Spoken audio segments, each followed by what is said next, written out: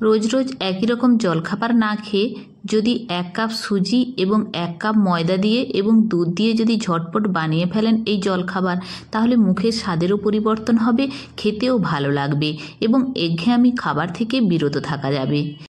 সহজ এই জলখাবার বানানোর জন্য আমি একটা মিক্সিং বলে প্রথমে নিয়েছি 1 কাপ পরিমাণে ময়দা আর নিয়েছি সেই কাপেরই 1 কাপ পরিমাণে সুজি। তারপর ওতে দিয়ে দিচ্ছি 2 চুটকি পরিমাণে কালো জিরে দিয়ে প্রথমে সব কিছু মাখিয়ে নিচ্ছি। সুজি এবং ময়দা দিয়ে ব্যাটার বানিয়ে নেব। এর জন্য আমি দুধ ব্যবহার করব, কোনো জল আমি এখানে দেব না।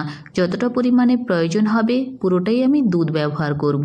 প্রথমে 1 কাপ দিয়ে মাখিয়ে নিচ্ছি, তারপর আবারও 1 কাপ দিয়ে ব্যাটার বানিয়ে নিচ্ছি।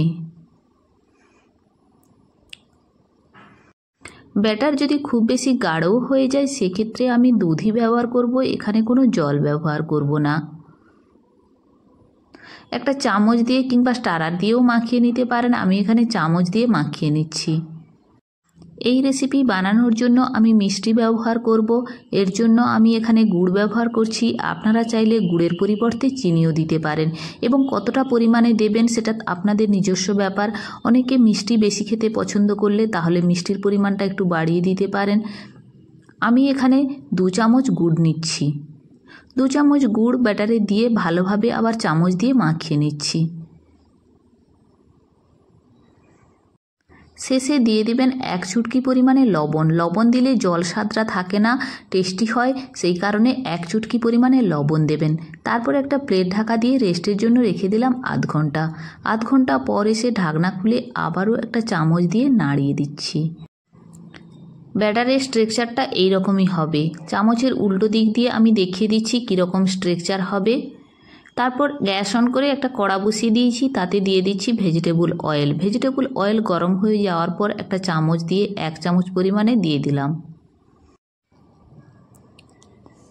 একটা ছান্তা দিয়ে উল্টে পাল্টে এপিঠ ওপিঠ ভেজে নিচ্ছি।